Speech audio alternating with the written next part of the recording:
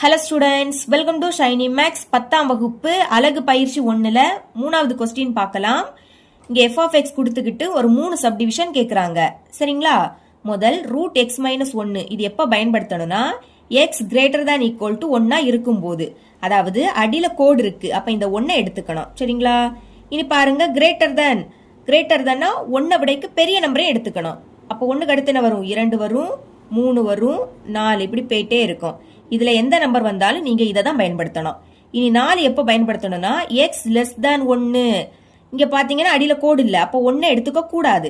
இனி less than 1 விடைக்கு சிறிய நம்பரை எடுத்துக்கணும். அப்ப 1 விடைக்கு சிறிய நம்பர் என்னது? 0, -1, -2, -3 இப்படி போயிட்டே இருக்கும்.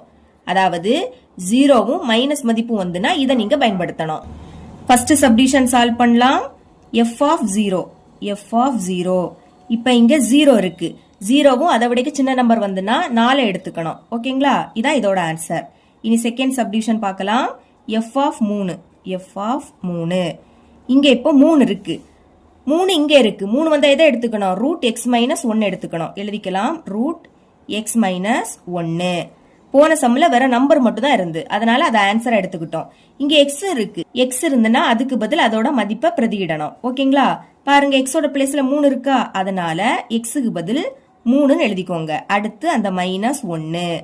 ஓகே, இனிமே 3ல இருந்து 1 கழிச்சா 2 கிடைக்கும். இதுதான் இதோட ஆன்சர். தேர்ட் சப்டிவிஷன் பார்க்கலாமா? f of a கூட்டல் 1, f of a கூட்டல் 1. இங்க கண்டிஷன் கொடுத்திருக்காங்க, a greater than equal to 0 என கொடுக்கப்பட்டுள்ளது. அதாவது a யோட மதிப்பை எப்படி எடுத்துக்கணும்னா அடியில கோடு இருக்கு, அப்ப 0வை எடுத்துக்கணும்.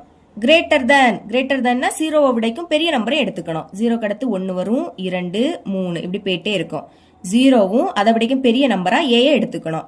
இப்ப இதுல இருக்கிறதுல சின்ன நம்பர் என்னது? 0. அப்ப 0வை எடுத்துக்கலாம். a யோட பிளேஸ்ல 0 பிரதியிட்டா 0வையும் 1ஐயும் கூட்டினா என்ன கிடைக்கும்? 1ன்னு கிடைக்கும். இனி மேல பாருங்க, 1 விடைக்கு பெரிய நம்பர் வந்துன்னா இதை எடுத்துக்கணும். ஓகேங்களா? இனி a யோட பிளேஸ்ல 1 பிரதியிடலாமா? அப்ப ஏக்கு பதில் 1, 1க்கு கூட இந்த 1 கூட்டினா 2 கிடைக்கும்.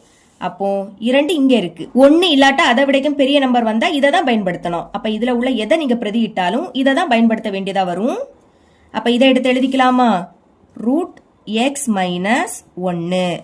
ஓகே, இப்போ ஸ்கொயர் ரூட் ஆஃப் எக்ஸோட பிளேஸ்ல என்னது இருக்கு? a கூட்டல் 1. அப்போ எக்ஸுக்கு பதில் a கூட்டல் 1ன்னு எழுதிக்கலாம். அப்புறம் வந்தா -1.